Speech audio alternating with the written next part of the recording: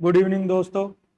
शुरू करते हैं। आरएएस 2023 के लिए क्या स्ट्रेटेजी होनी चाहिए और क्या सोर्सेज होने चाहिए। मेरे साथ हैं अनिरुद्ध जी सर। आरएएस 2016 में सर की 97 रैंक थी। वर्तमान में account as a accounts officer sir Sri Ganganagar posted है। इधर है मेरे श्री अभिषेक जी सर। आरएएस 2016 में सर की 316 रैंक थी, जनरल 304 जनरल रैंक थी, सॉरी। इधर हैं मेरे बिहारी जी सर, जो हिंदी के विशेषज्ञ हैं। कम से कम 20 वर्षों से हिंदी के अध्यापन का अनुभव रहा है। और इधर है मेरे योगेश जी भार्गव सर, जो इंग्लिश के लिए फैकल्टी हैं हमारी। तो शुरू करते हैं। मेंस के लिए क्या स्ट्रेटेजी होनी चाहिए, कैसे पढ़ना है और सोर्सेज क्या होने चाहिए। मैं आपको पेपर फर्स्ट का बता देता हूँ, हिस्ट्री और एथिक्स का पार्ट। करें सर। सबसे पहले एग्जाम की स्कीम। अब इस लेवल पे हैं, आपने इस बार इतनी टफ प्रीलिम्स पास करी है, एग्जाम की स्कीम का आपको हम ये मानते हैं कि आइडिया होगा। फिर भी देख लेना जो छोटे वाले पार्ट है। जैसे स्कीम में देखने वाली बात यही है कि जो छोटे वाले पेपर हैं, पेपर फर्स्ट में सोशियोलॉजी, मैनेजमेंट, अकाउंटिंग, ऑडिटिंग, और पेपर थर्ड में स्पोर्ट्स, योगा, बिहेवियर, लॉ से बड़े सवाल नहीं आते, यानी कि 10 मार्क्स या 100 वर्ड के सवाल नहीं आते। ये 15 वर्ड्स के सवाल 50 के हैं और 100 वर्ड्स के हैं। 2, 5, 10 उनके नंबर हैं। ये संख्या है वो जो पूछे जाएंगे। शुरू करते हैं पेपर फर्स्ट। अब पेपर फर्स्ट में 3 पार्ट हैं। पार्ट फर्स्ट में तो हो गया हिस्ट्री, आर्ट एंड कल्चर। इसी का सेकंड पार्ट है इकोनॉमिक्स, और इसका थर्ड पार्ट है sociology, management, auditing and accounting. अब बात करते हैं सोर्स क्या होना चाहिए। देखो, हिस्ट्री का सिलेबस थोड़ा सा बिखरा हुआ सिलेबस है। एक बार भी उस सिलेबस से बाहर मेंस का पेपर नहीं गया। ज्यादा फोकस है आर्ट एंड कल्चर पर। तो कोई एक किताब प्रेफर नहीं करके ज्यादा बेटर ये है कि किसी भी अच्छी कोचिंग के आप नोट्स पढ़े। जैसे फर्स्ट टॉपिक है art and culture from Indus valley civilisation to British rule. अब इसके लिए कोई नितिन सिंघानिया पढ़े तो अच्छी बात नहीं है, क्योंकि बड़े सरल सरल डायरेक्ट आर्ट एंड कल्चर के क्वेश्चन है। किसी के भी 25-30 पेज के नोट्स हो, या 25 पेज के भी नहीं होते, इससे भी छोटे नोट्स हो जाएंगे। आप चाहेंगे तो वो नोट्स और लेक्चर आपको हम IMA एकेडमी प्रोवाइड करवा देगा। फिर जो जैसे सिलेबस पे मैं आता हूँ, कुछ एक डायनेस्टी दी हुई है, स्पेशल डायनेस्टीज है। जैसे Indian heritage, Indus to British काल तक की ललित कलाएं, प्रदर्शन कलाएं, वास्तुकला एवं लिटरेचर। एक धार्मिक आंदोलन और धर्म दर्शन से लगातार सवाल आता है। जैसे धार्मिक आंदोलन जैन बौद्ध का हो गया, आजीवक सिर्फ 5 लाइन की फिलोसॉफी है, मकलीपुत गोसाल प्रवर्तक था, उससे हर बार सवाल आता है लगातार। फिर अपनी जो 6 दर्शन के स्कूल हैं उससे सवाल आया है। एक 19वीं शताब्दी के प्रारंभ से 1965, मतलब सिंपल सा मॉडर्न इंडियन हिस्ट्री और नेहरू युग तक, नेहरू युग तक की। अब 1947 से नेहरू युग तक का अगर डायरेक्ट सवाल आता है तो वो ठीक से अगर नोट्स बनाए हैं तो 5-6 पेज में कवर हो जाता है। एक सामाजिक धार्मिक सुधार आंदोलन है, स्पेशली टॉपिक मेंशन है, इससे हर बार सवाल आता है। जैसे थियोसॉफिकल सोसाइटी का बड़ा सवाल आया था पीछे, इस बार भी आएगा। एक ये पोस्ट इंडिपेंडेंस कंसोलिडेशन, और ये पुनर्गठन, देशी रियासतों का विलय और राज्यों का भाषाई आधार पर पुनर्गठन, ये पॉलिटी का भी टॉपिक है, और इसको अपन पॉलिटी से भी कर सकते हैं और यहां से भी कर सकते हैं। अब बात करते हैं वर्ल्ड हिस्ट्री। जो वर्ल्ड हिस्ट्री का पार्ट है वो बहुत स्कोरिंग पार्ट है, क्योंकि ये जितने भी इवेंट्स हैं इन घटनाओं की आपस में कंटिन्यूटी के साथ चेंज होता है। जैसे जैसे सबसे पहले पुनर्जागरण होता है, रेनेसा। रेनेसा की अगली कड़ी आएगी रिफॉर्मेशन। रिफॉर्मेशन यानी कि धर्म सुधार। और ये दोनों मिलके ग्राउंड तैयार करेंगे किसके लिए? इंडस्ट्रियल रिवोल्यूशन या औद्योगिक क्रांति के लिए। और इस औद्योगिक क्रांति और इन सारों से माहौल बनेगा वाणिज्यवाद के लिए। और ये सारी चीजें मिलके ले जाएंगी अपने को एक साइड, तो जो औपनिवेशिक व्यवहार था यूरोपियन शक्तियों का, और दूसरा ये वाणिज्यवाद अपने को लेके जाएगा अमेरिकी क्रांति और फ्रांसीसी क्रांति की ओर। अमेरिकी क्रांति प्लस फ्रांसीसी क्रांति। और ये सारी सिचुएशन मिलके दुनिया को पहुंचा देंगी विश्व युद्धों के द्वार पे और विश्व युद्धों के प्रभाव। इसमें भी सेम ऐसे ही फैक्चुअल सवाल आते हैं, पर ध्यान ये रखना है, पढ़ कहीं से भी सकते हैं, लेकिन जो वर्ल्ड हिस्ट्री के जो इवेंट्स हैं उन्होंने इंडियन हिस्ट्री को प्रभावित किया है, वो अगर आपके मेंस के आंसर राइटिंग में आएंगी, आपके नो डाउट मार्क्स अच्छे आएंगे। ये एक सीरीज में चलता है, ये मैं आपको 6-7 साल क्लास में बिल्कुल 100% करवा दूंगा। आपने कहीं से भी पढ़ा हो, ये क्लास जरूर देखनी है, क्योंकि जिनका नहीं हुआ है वो तो कर ही ले, जो कर चुके हैं उनको वैल्यू एडेड एडिशन बताएंगे ताकि औरों से मार्क्स अच्छे आए। एक हिस्ट्री की इंपॉर्टेंस इसलिए भी है कि पेपर फर्स्ट की यूनिट फर्स्ट है, तो कोई भी एग्जामिनर जो कॉपी चेक करने वाला होगा, अगर आप पेपर फर्स्ट की यूनिट फर्स्ट में कबाड़ा कर दोगे तो डिमोटिवेट भी होगे आप। दूसरा ये रहेगा, जो एग्जामिनर है उसको थोड़ा सा ठीक नहीं लगेगा। हाँ, राजस्थान की आर्ट एंड कल्चर में रिसर्च नहीं करना, कोई भी टॉपिक ऐसा नहीं है जिसमें रिसर्च करना हो, सिंपल से नोट्स आपको हम प्रोवाइड करवा देंगे। इकोनॉमिक्स के लिए सर बताएंगे। वैसे मेंस के लिए अगर वन स्टॉप सॉल्यूशन आप देखना चाहो तो मनमोहन शर्मा सर RAS है, इनकी किताब है। मनमोहन शर्मा, प्रीलिम्स की इनकी किताब थी, बहुत अच्छी है। स्पोर्ट्स मैनेजमेंट ऑडिटिंग अकाउंटिंग का सर बताएंगे। मैं आपको एथिक्स वाला पेपर बता देता हूं। देखो, पेपर सेकंड का फर्स्ट यूनिट फर्स्ट है, पेपर सेकंड की यूनिट फर्स्ट है एथिक्स। अब ये जो एथिक्स का सिलेबस है, कोई भी मेहरबानी करके लेक्सिकन या डी सुब्बा राव लेके मत बैठ जाना, ये बहुत छोटा सा पार्ट है। ये वो पार्ट है जो राजस्थान यूनिवर्सिटी के BA फर्स्ट ईयर के फिलोसॉफी का पेपर फर्स्ट का पार्ट है ये पूरा का पूरा।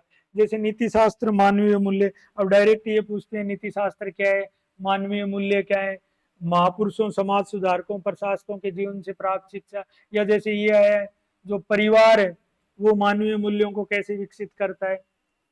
ये रित एवं ऋण की अवधारणा है, ये अपन हिस्ट्री में भी पढ़ते हैं। कर्तव्य की है, शुभ की है, सद्गुण की है।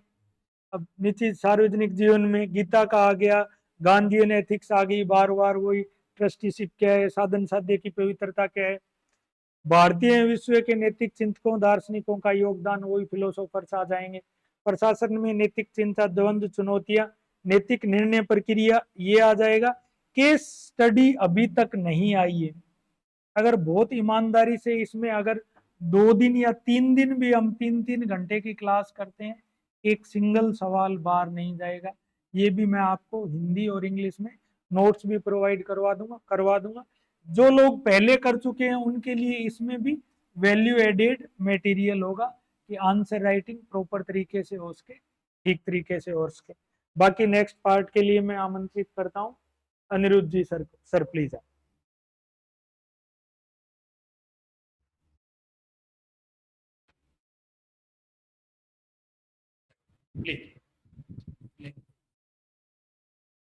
पेपर 3 करना।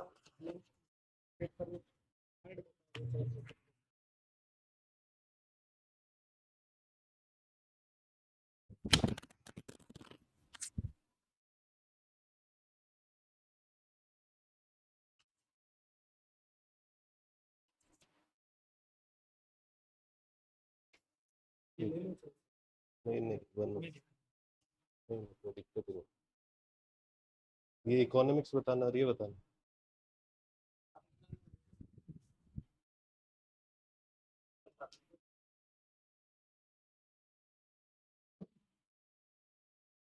पेपर 1 का इकोनॉमिक्स का पार्ट है।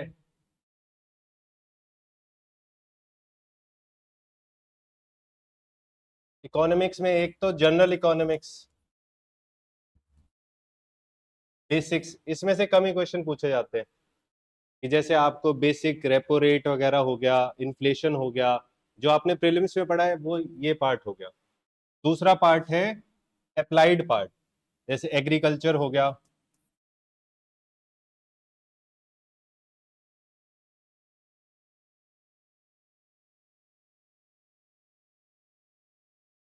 सिलेबस सिलेबस कैसा है?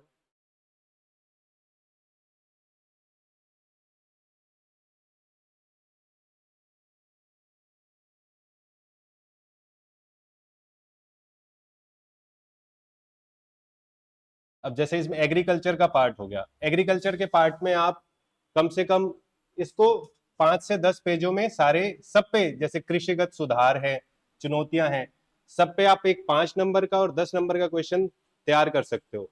अगर आप पढ़ना चाहो तो कितना भी पढ़ सकते हो, लेकिन आप लिमिटेड पढ़ोगे तो ही आपके फायदे में रहेगा ये। जैसे औद्योगिक क्षेत्र की प्रवृत्तियां, औद्योगिक नीति एवं, ये सब पे आपको आपके पास राइट अप होना चाहिए। और जो इसकी जो राजस्थान वाला पार्ट है उसके लिए आप इकोनॉमिक रिव्यू, आपने प्री के लिए भी पढ़ा होगा इकोनॉमिक रिव्यू। प्री में तो आपने सारे डेटा वगैरह पढ़े हैं, सारी स्कीम्स वगैरह उनके बारे में पढ़ा है, लेकिन अब उनको डिटेल में पढ़ना, सारी पॉलिसीज वगैरह, क्योंकि एज इट इज 5 नंबर की या 10 नंबर का कुछ भी पूछ सकते हो। तो ज्यादा डेप्थ में ना जाते हुए आप जितना, कोई भी टॉपिक, सब टॉपिक्स के आपके पास लिमिटेड नोट्स होने चाहिए, उन नोट्स को बार बार पढ़ो। प्रीलिम्स में क्या होता था? प्रीलिम्स में होता था कि अपने जितना ज्यादा पढ़ेंगे उतना ज्यादा अपने फायदा करेगा, क्योंकि प्रीलिम्स में आपके पास आंसर सामने होता है।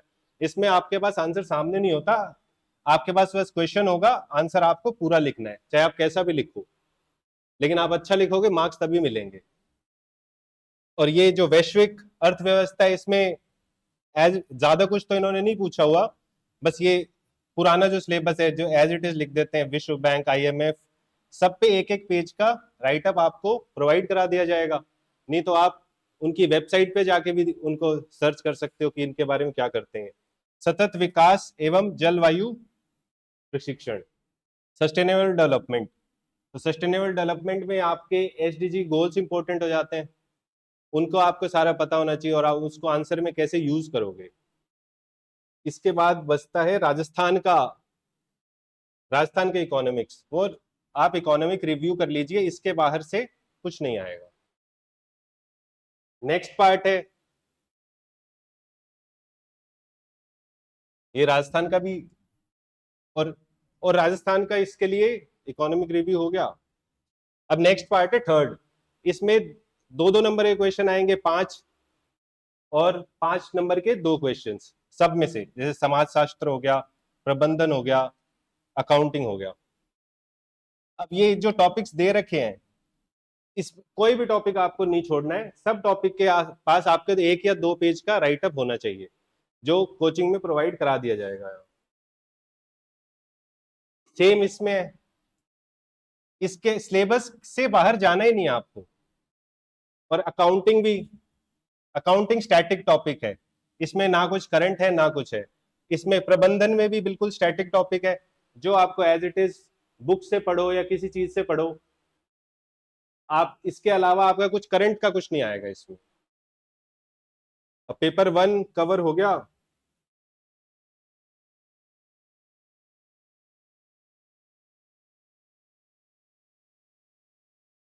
पेपर 3 ऐसा पेपर है कि या तो आपके हाईएस्ट मार्क्स आएंगे उसमें या लोवेस्ट आएंगे।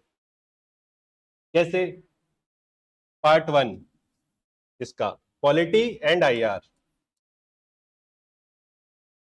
Polity plus international relations. Polity static topic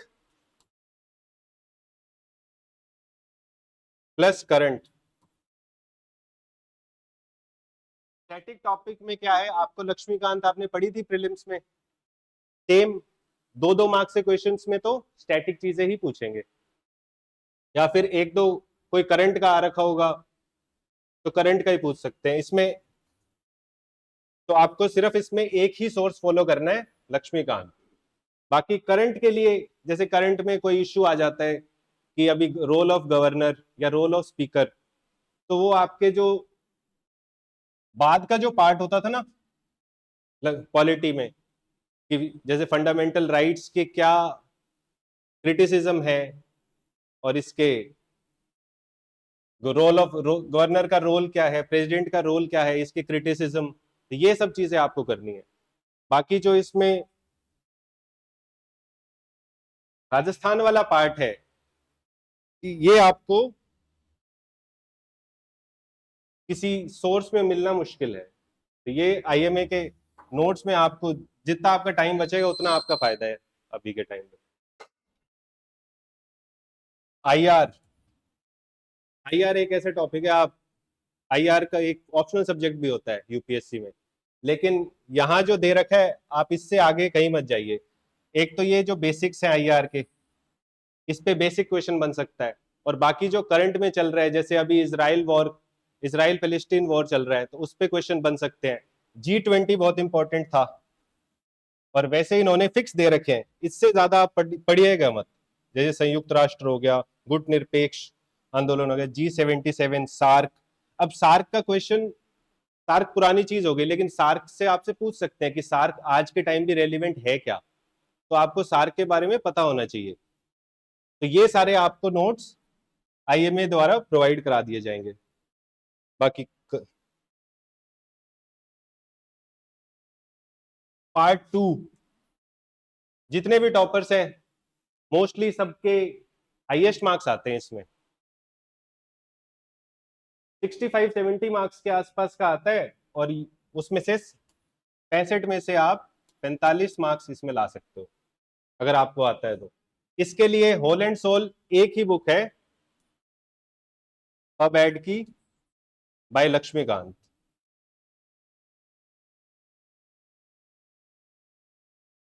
इसके अलावा, इस बुक के अलावा हर टॉपिक पे आप छोटे छोटे नोट्स बना लो, 2-2 नंबर का। जैसे डेफिनेशंस है वो 2 नंबर के पूछ लिए जाएंगे, कुछ इंपॉर्टेंस है तो वो 5 नंबर के लिए पूछ लिए जाएंगे, इससे ज्यादा। और ये जो राजस्थान वाला पार्ट है, इसके लिए आपको राइटअप प्रोवाइड कर दिया जाएगा। जैसे ये सर्विस गारंटी एक्ट है, सुनवाई का अधिकार अधिनियम 2012 है, और अभी जो भी लेटेस्ट चीजें हो रही है राजस्थान गवर्नमेंट जो कर रही है, वो भी आपको बता दिया जाएगा। ये हो गया मेन पार्ट 2। अब ये पेपर 3 का बचता है खेल, योग, व्यवहार और विधि। खेल एंड योग में योगा वाला पार्ट स्टैटिक है। योगा में आप जो राइटअप है 4-5 पेज का, बस वो पढ़ लीजिए, एज इट इज वही आएगा, उसके अलावा कुछ नहीं आएगा। बाकी भारत राजस्थान की खेल नीति, भारत खेल प्राधिकरण, राजस्थान राज्य क्रीड़ा परिषद, इन पे एक एक पेज का राइटअप 5 नंबर का आ सकता है, या 2 नंबर का ही पूछ सकते हैं, क्योंकि 10 नंबर का आपको करने की जरूरत नहीं है इसमें, क्योंकि 10 का आएगा ही नहीं, 2 और 5 के आएंगे। भारत के विख्यात खेल व्यक्तित्व, प्राथमिक उपचार, और ये भारतीय खिलाड़ियों, हाँ इस पे आपको एक 5 नंबर का क्वेश्चन बन सकता है। राजस्थान में अभी काफी खिलाड़ियों ने पैरा ओलंपिक में भी गोल्ड मेडल जीते हैं, एशियन में भी जीते हैं, तो वो आपको करंट का इसमें क्वेश्चन पूछा जा सकता है।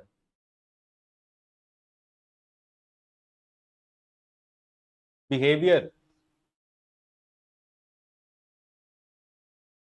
इसमें डायरेक्ट स्टैटिक क्वेश्चन आएगा, कोई भी इसमें करंट का क्वेश्चन नहीं बनता, सारे सिर्फ स्टैटिक टॉपिक है ये।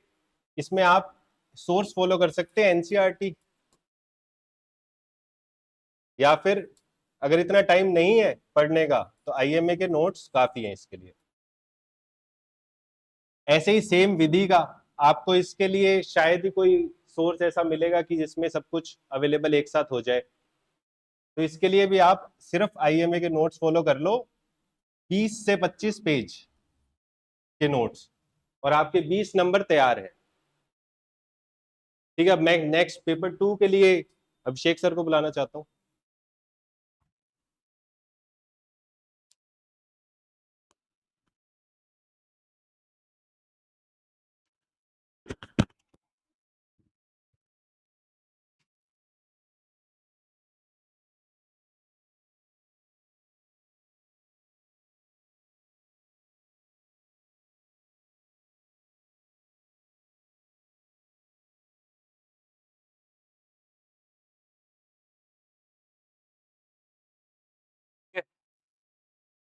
सभी को प्रीलिम्स की सफलता के लिए बहुत बहुत शुभकामनाएं। अब जो इसमें साइंस वाला पार्ट है वो आप देख रहे हैं, इसमें दैनिक जीवन में रसायन विज्ञान, द्रव्य की अवस्थाएं, ये सब एनसीईआरटी में दिया हुआ है, एज इट इज दिया हुआ है, ये पूरे चैप्टर्स हैं एनसीईआरटी में, तो आप उसको फॉलो कर सकते हैं।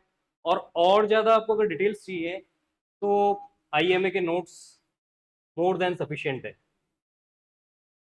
इसमें पीएच और बफर पे न्यूमेरिकल्स भी पूछे जाते हैं, जिसमें H प्लस आयन की सांद्रता दे रखी है, concentration of H plus ion दे रखा है, उससे पीएच निकालना कि पीएच उसका कितना होगा, तो वो सब हमने क्लास में बताया है। प्रीलिम्स के टाइम पे ही हमने जो फाउंडेशन कोर्स था उसमें बताया था। उसके अलावा कुछ फैक्चुअल क्वेश्चंस हैं, ये आपको इंटरनेट पे भी, वेबसाइट पे मिल जाएंगे, और उसके अलावा आप एनसीईआरटी को फॉलो करेंगे एज इट इज, हम नोट्स में आपको फॉलो करवाएंगे, नोट्स में आपको वो टॉपिक कंप्लीट करवाएंगे और आपको उससे रिलेवेंट क्वेश्चंस भी बताएंगे, किस तरह के क्वेश्चंस बन सकते हैं, डेरिवेशन बन सकते हैं, क्योंकि ग्रेविटेशन में एक बार केपलर्स लॉ भी पूछा था 2016 में। मानव नेत्र और दोष, निकट दृष्टि दोष, दूरदृष्टि दोष, उसके अलावा जरा दोष, एस्टिग्मेटिज्म, सारे हम क्लियर करवाएंगे। ऊष्मा, स्थिर एवं धारा विद्युतिकी, मैग्नेटिज्म, ये सब टॉपिक आपको एनसीईआरटी में मिलेंगे, बट उसका डेरिवेशन के साथ हम आपको कंसेप्चुअल बताएंगे, और वो सब आपको आईएमए के नोट्स में अवेलेबल होगा।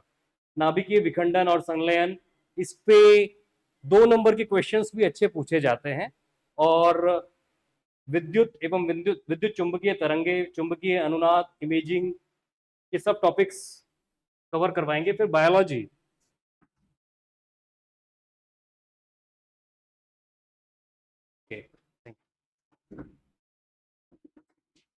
बायोलॉजी में साइटोलॉजी है, कोशिका, मानव में नियंत्रण और समन्वय, यानी कि coordination and neural, reproduction, excretion, respiration, circulation, digestion, ये सारे जो बायोलॉजी के टॉपिक्स हैं वो हम आपको कवर करवाएंगे। सोर्स वही है, एनसीईआरटी बेसिक्स है, और आगे फिर उससे कितने जटिल क्वेश्चन बन सकते हैं, किस तरह के क्वेश्चंस बन सकते हैं, वो हम आपको क्लियर करवाएंगे। आधारभूत कंप्यूटर विज्ञान, इसमें कुछ करंट से रिलेटेड भी हैं, जो करंट से रिलेटेड टॉपिक्स हैं, artificial intelligence, big data, cloud computing, internet of things, OTT, वो हम साथ में उसके साथ अपडेट करवाते रहेंगे। भारत में आईटी उद्योग, डिजिटल इंडिया इनिशिएटिव, और साइंस एंड टेक्नोलॉजी में भारतीय वैज्ञानिकों का योगदान, वैज्ञानिक और तकनीकी प्रगति, robotics, machine learning, augmented reality, ये सब आपको कवर करवाए जाएंगे। इसमें स्टैटिक पार्ट भी है और डायनामिक पार्ट भी है, जो करंट के साथ साथ चेंज हो रहा है। अब इसके बाद में नैनो टेक्नोलॉजी, आपने प्रीलिम्स में भी पढ़ा होगा। उसके अलावा आरएफआईडी, इसके विद एग्जांपल्स आपको नोट्स प्रोवाइड करवाए जाएंगे।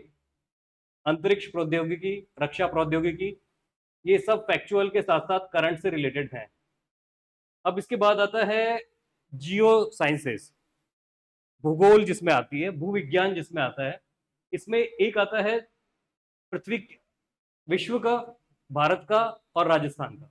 सबसे पहले तो तीनों जब ज्योग्राफी पढ़ते हैं, हम जियोलॉजिकल साइंस पढ़ते हैं, तो उसमें आपके पास एटलस होना चाहिए।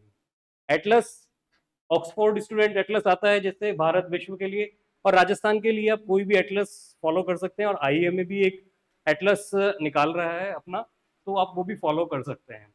इसमें भूवैज्ञानिक समय सारणी जो आ रही है, इससे हर बार क्वेश्चन पूछा गया है मेंस में, और 2021 में तो एक 2 नंबर का क्वेश्चन भी था और एक 10 नंबर का क्वेश्चन भी था। तो ये आपको, इसके लिए महेश वर्णवाल की एक अच्छी बुक है, महेश वर्णवाल एक अच्छी बुक है, वो आप फॉलो कर सकते हैं। उसके साथ साथ प्रमुख भौतिक भू आकृतियां, पर्वत, पठार, मैदान, ज़्यादा से ज़्यादा 10 पेज के नोट्स आपको इसमें फॉलो करने हैं। कुछ भू राजनीतिक समस्याएं, ये दोनों टॉपिक आईआर से और करंट से रिलेटेड हैं, तो ये पॉलिटी के साथ भी आपको करवाए जाएंगे। आप दोनों का एक कंसाइज मैटर आप तैयार कीजिए और अपने आप से क्वेश्चन आप फ्रेम कीजिए और आपको बताए भी जाएंगे।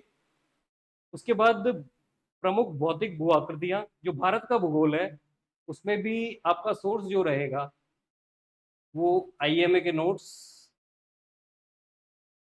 प्लस 11th क्लास की जो एनसीईआरटी वो आपका सोर्स रहेगा। क्लाइमेट, मानसून की उत्पत्ति, जल, आपको सोर्सेज बता दिया, ये ही सोर्स है आपकी।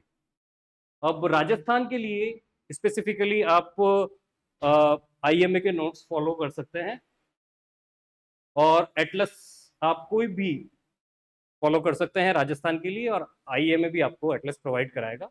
इसमें जलवायु, प्रमुख वनस्पति प्रकार, कुछ अभी जैसे जिले बन रहे हैं, जिले घोषित हुए हैं, उसके साथ साथ जो चेंज आएगा जब वो गैजेट में निकल जाएगा, नोटिफाइड हो जाएगा, उसके बाद ही वो पूछे जाने की संभावना है।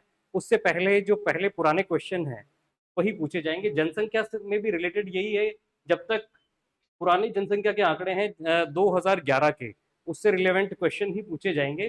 तो ये क्वेश्चन आपसे जरूर पूछे जाएंगे। अब ये लास्ट में यूनेस्को के भू पार्क एवं भू धरोहर स्थल संकल्पना, जियो हेरिटेज की जो संकल्पना है और राजस्थान में पॉसिबिलिटीज उसकी, इसके लिए भी आपको रिटर्न मटेरियल आईएमए से प्रोवाइड करवा दिया जाएगा।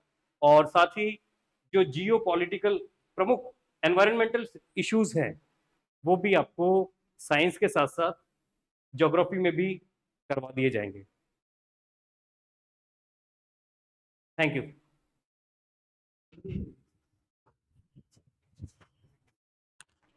सर,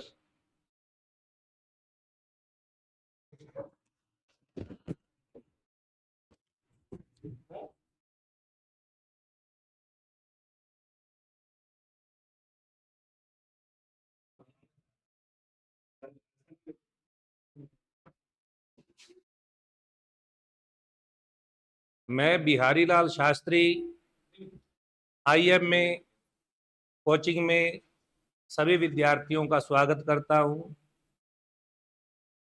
मैंने अक्सर विद्यार्थियों को ये कहते सुना है कि यदि हिंदी में अच्छे अंक बन जाते तो हमारा हो जाता, बाकी विषयों में तो वो ज्यों के त्यों तैयार कर लेते हैं, लेकिन हिंदी की बात आते ही वहां उनके सामने समस्या आती है कि अच्छे अंक कैसे ले। तो मैं आपको बताऊंगा कि अच्छे अंक कैसे ले। हमारा जो पहला भाग है, आपको मालूम होगा कि 120 अंक का हिंदी वाला भाग कर दिया गया है, जो कि पहले 100 अंक का होता था। अब इसमें हमारे ये जो 50 अंक है ये सबसे ज्यादा महत्वपूर्ण है, कारण ये आपके गणितीय अंक हैं। जैसे गणित में आपका सवाल एकदम सही है तो आपको पूरे अंक मिलेंगे, और आपका सवाल गलत है तो आपको बिल्कुल 0 अंक मिलेगा। बिल्कुल यही वाला भाग आपका बिल्कुल वैसा ही है। इसमें आपका ये संधि, उपसर्ग, प्रत्यय, पर्यायवाची, विलोम, इनको यहां आईएम में कोचिंग में सुरजीत सर ने कहा कि मैं 20 सालों से नहीं, मैं 26 सालों से पढ़ा रहा हूं, 27वां साल चल रहा है मेरे को पढ़ाते हुए। 1996 में मैंने पढ़ाना शुरू कर दिया। तो इनमें से जिस विधि से बताऊंगा मैं या आईएम में कोचिंग में, मैं जिस विधि से बताऊंगा आपके विधि दिमाग में बैठेगी और आपका प्रश्न गलत होने का कोई मतलब ही नहीं। कैसे, इनके टुकड़े कैसे किए जाते हैं, जैसे मैं आपको इनमें से कोई भी जो कठिन लगता हो ये प्रत्यय है। प्रत्यय के अंदर सारे के सारे प्रत्यय रटे हुए नहीं होते। मैं यहां विधि बताता हूं कि आपने प्रत्यय कैसे करना है। प्रत्यय करना है तो आपको हल्का सा बता देता हूं, सब कुछ तो यहां पढ़ाया नहीं जा सकता। प्रत्यय बिल्कुल सही निकले उसके लिए हमें सबसे पहले प्रत्ययुक्त शब्द का अर्थ ग्रहण करना चाहिए। अर्थ ग्रहण करते ही जैसे ही आपको अर्थ का पता चलेगा, मूल शब्द आपके सामने होगा, और मूल शब्द का पता लगते ही अंतिम भाग प्रत्यय होता है। इसके लिए आपको हल्की सी मेहनत करनी है। स्वर से शुरू होने वाले सारे प्रत्यय और व्यंजन से शुरू होने वाले सारे प्रत्यय, इनकी लिखित सूची बना लो, और रट्टा मारने की जरूरत नहीं है। उनको पहले 10 बार बांचो।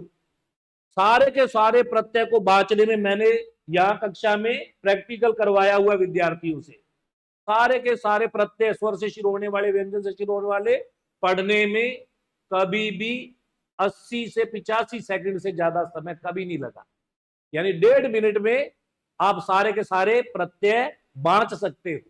आप 10 बार बांचो, एक आध दिन ठहर के 8 बार बांचो, 6 बार बांचो, 4 बार बांचो, 3 बार, आपका लगभग 31 बार ये बांचेंगे।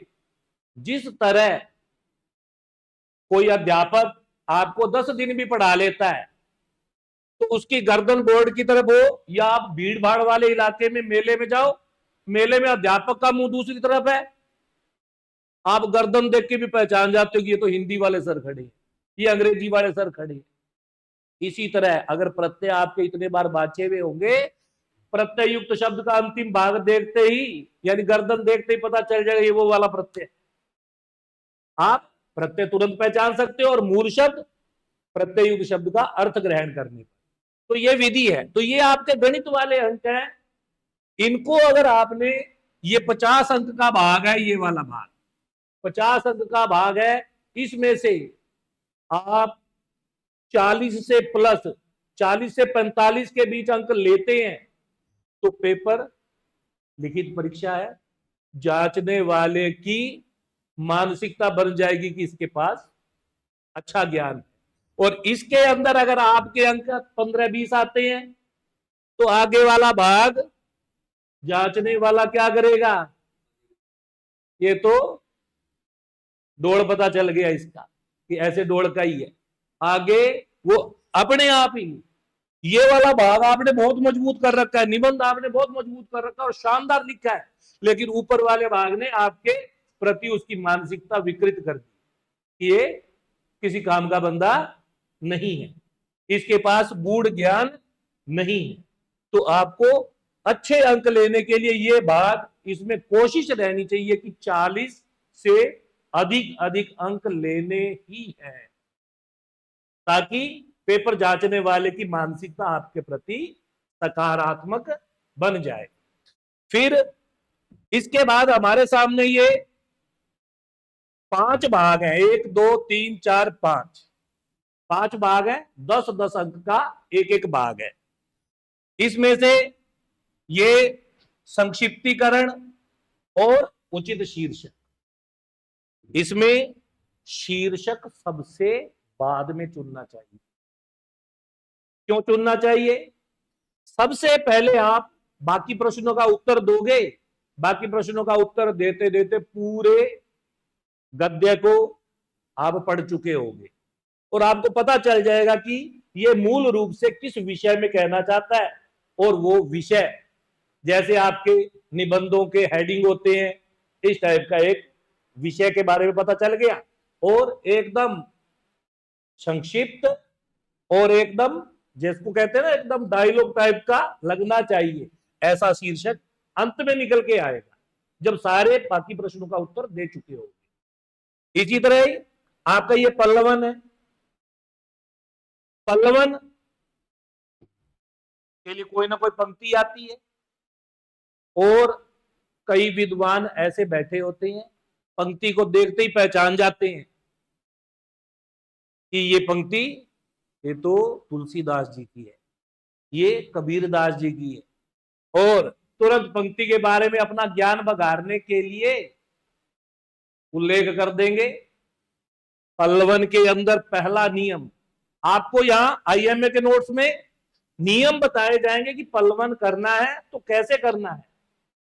अगर आप पल्लवन के अंदर जो जिस चीज का निषेध है वो ये है कि यदि आपको पंक्ति के रचयिता के बारे में पता भी हो तो भी आप दी गई पंक्ति की सप्रसंग व्याख्या न करें, ये अनुचित माना जाता है। आप केवल पंक्ति का भावार्थ जो है उस भावार्थ की ही पुष्टि करेंगे और पल्लवन तभी अच्छा कहलाएगा। चाहे जो दिया गया भाव है, चाहे आप उससे सहमत हो चाहे नहीं हो। एक बार मैंने पल्लवन के लिए दे दिया कि ईश्वर जिससे नाराज होता है उसे खूब धन देता है। 10-20 विद्यार्थी जो धन को महत्व देते हैं कि सर ये तो बात गलत है, जिससे नाराज होगा उसे धन कैसे? तो आपके सामने जो पंक्ति आई है आप उसके बारे में कभी ये मत लिखो। हालांकि लोगों की अवधारणा अलग है, वो ये सोचते हैं कि जिससे नाराज होता है उसे धन तो नहीं दे सकता, लोग ये सोचते हैं। वहां लोग सोचने वाले लोग नहीं बैठे हैं, वहां आप लिख रहे हो, वो आपकी खुद की सोच है। इसीलिए कभी भी दी गई पंक्ति के बारे में नेगेटिव विचार तो देना ही नहीं है। चाहे पंक्ति कैसी भी आई है, आप सकारात्मक दृष्टिकोण रखते हुए उसी की पुष्टि करोगे, उससे संबंधित उदाहरण देकर के उसी की पुष्टि करनी है। इस बात का हमें ध्यान रखना है। पल्लवन में आपने समर्थन ही करना है और समर्थन किया जा सकता है।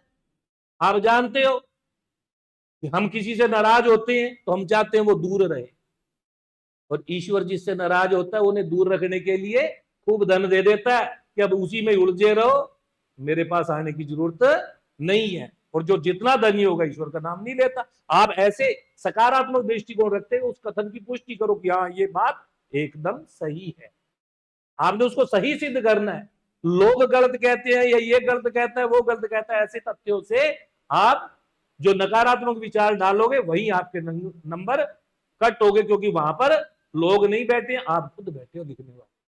तो इस बात का ध्यान रखना चाहिए।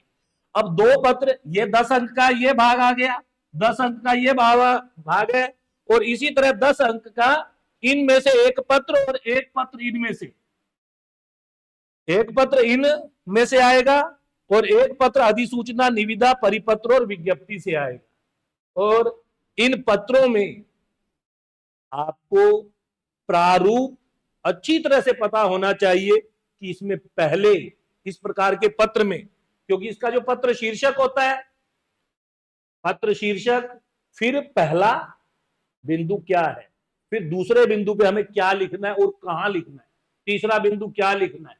इस तरह आप पत्र रट्टा मारने की बजाय उसके बिंदु याद कर लो कि पहले ये चीज आएगी, फिर ये आएगा, फिर ये आएगा, फिर ये आएगा।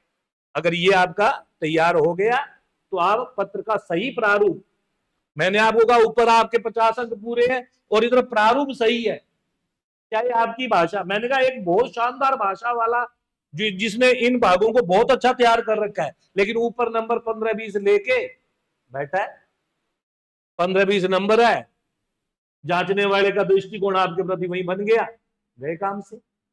यहां आपके बस केवल प्रारूप सही होने चाहिए और अंग्रेजी वाले शब्दों का जो शाब्दिक अर्थ, ये ध्यान रहे, शाब्दिक अर्थ ज्यादातर लोग जो पारिभाषिक शब्दावली है, अब हमारे यहां क्या था, लगभग लंबे समय तक मुगलों का शासन रहा और यहां अरबी फारसी के कानूनी भाषा में जितने भी हम कानून की भाषा के शब्द पढ़ते हैं उसके अंदर अरबी फारसी के शब्द होते हैं और उनका हिंदी शब्द कुछ और होता है। लोग जैसे एफिडेविट शब्द आ गया, उसका हिंदी अर्थ लिखना है। एफिडेविट के लिए वहां अदालत में जाओ, कोर्ट में 1-2 चक्कर लगाओ, लिखा होगा हल्फनामा बनाना है, हल्फनामा, वहां हल्फनामा लिख के आ जाते, हल्फनामा नहीं। हिंदी का शब्द शपथ पत्र है, तो आप हिंदी के शब्दों का ही प्रयोग करोगे। और ये अंग्रेजी अनुच्छेद 10 अंक का ये हो गया, 50 अंक ये, 50 अंक ये हो गए, और 20 अंक का आपका निबंध है। निबंध लेखन भी एक कला है। आप बीए में, एमए में, जिन्होंने हिंदी विषय से एमए की है या बीए में या 12वीं तक भी निबंध आता था, तो निबंध लिखते हुए नंबर उतने अच्छे आएंगे जितने पन्ने भरेंगे। यहां आपके पास पन्ने भरने के लिए जगह नहीं है। जिसने जो शब्द दे दिए 250, तो 250 शब्द में ही लिखना है। तो निबंध समसामयिक विषयों पर विषय दिए हुए होते हैं भाई, सामयिक विषय एवं अन्य विषय। अन्य विषय क्या है? कोई धर्म से संबंधित चल रहा है, कोई समाज से संबंधित चल रहा है, सामाजिक समस्या से संबंधित चल रहा है, समाज में बहुत सारी समस्याएं चल रही है, उनसे संबंधित हो सकता है। विज्ञान से संबंधित अन्य विषय में विज्ञान से संबंधित निबंध आ सकता है। और समसामयिक, आजकल युद्ध की विभीषिका चल रही, वो आ सकता है। आपको ऐसे निबंध तैयार करनी है जिसके अंदर निबंध की कला, निबंध की कला क्या है? निबंध की शुरुआत प्रस्तावना एक सुंदर से कविता के माध्यम से, या किसी विद्वान, निबंध में लोग कहते हैं कि अंग्रेजी के शब्द का प्रयोग नहीं कर सकते। अंग्रेजी के शब्दों का निबंध में कौन कहता नहीं कर सकते? निबंध के अंदर अगर आप जो उदाहरण दे रहे हो, किसी पाश्चात्य विद्वान का भी दे सकते हो, भारतीय विद्वान का भी दे सकते हो, हिंदी के किसी कवि की पंक्तियां भी दे सकते हो। तो इस तरह निबंध लेखन की जो कला है, अगर कला आपके दिमाग में है और उस तरीके के सार गर्भित अच्छा दिमाग लगा के 7 या 8 निबंध जो एक मैटर के रूप में हमने तैयार कर लेंगे, यहाँ आईएमए पे कर लेंगे और आपके सामने प्रस्तुत हो जाएंगे। आप रेगुलर क्लास लगाओ तो शानदार रिजल्ट देंगे।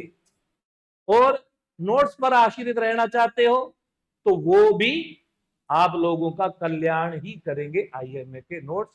धन्यवाद। अब अंग्रेजी वाले अध्यापक आपके समक्ष अपने विषय को स्पष्ट करेंगे। माइक देखो।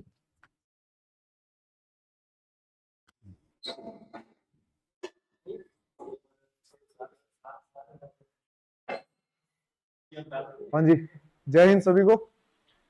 तो एक अपना जो फेवरेट सब्जेक्ट इंग्लिश, उस पर भी डिस्कशन कर लेते हैं, जिससे बचपन से लेके आज तक हम लोग बचते आए हैं, ये आपको नहीं छोड़ेगा। ठीक है, आपका ये 80 मार्क्स का आएगा इंग्लिश सब्जेक्ट जो है हमारा इधर। और इस 80 मार्क्स के अंदर आपकी सबसे पहली बात तो ये है कि आपकी हैंडराइटिंग जो है वो बहुत सुंदर होनी चाहिए। ठीक है, अगर आपकी जो स्पेलिंग है वही अगर उस एग्जामिनर को समझ में नहीं आई तो फिर वो आपका वर्ड गया।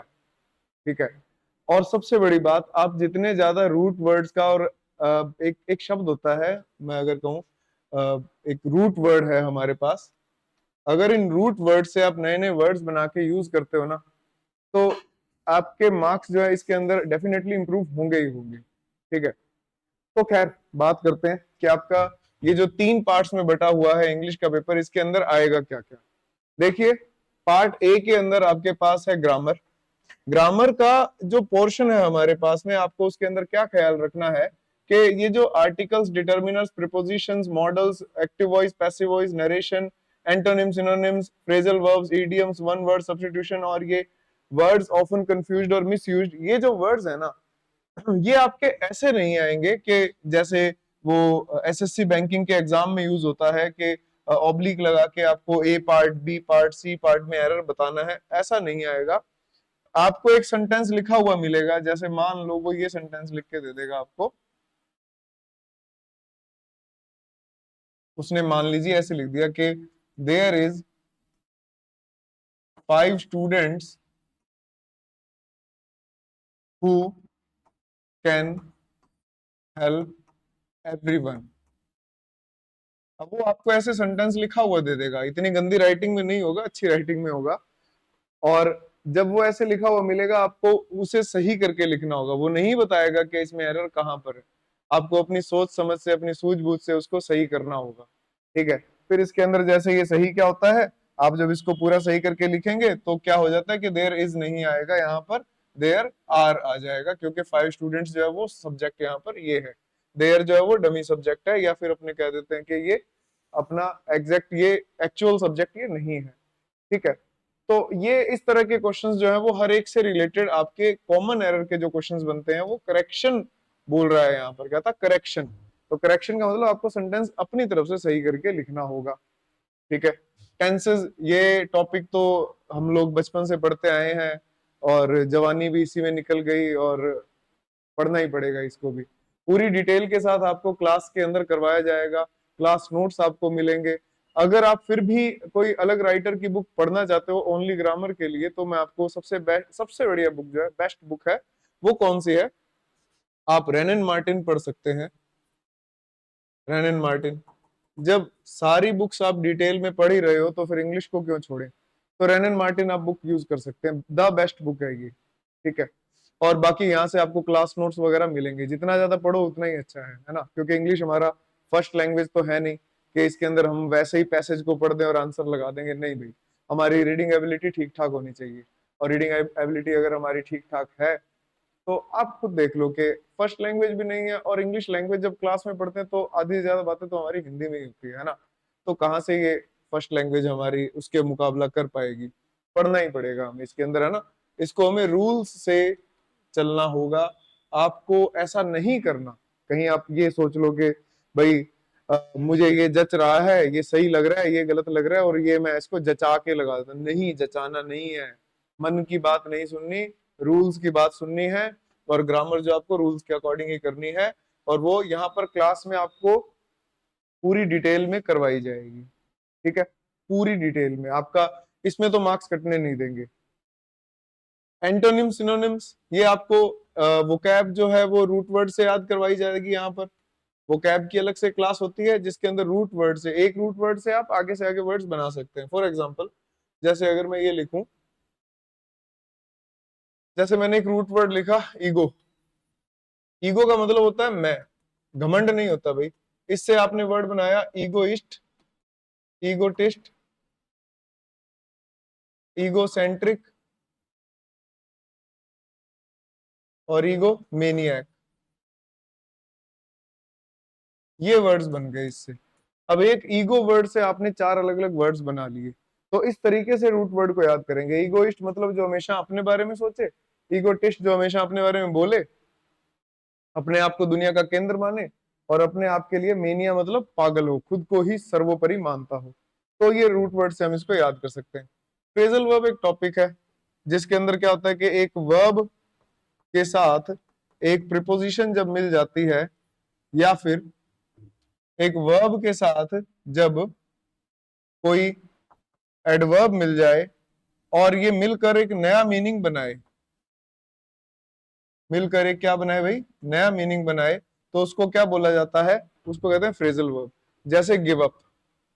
अब गिव अप में गिव का मतलब होता है कोई भी चीज देना, अप का मतलब ऊपर, गिव अप को मिला दिया तो क्या हो जाएगा? त्यागना।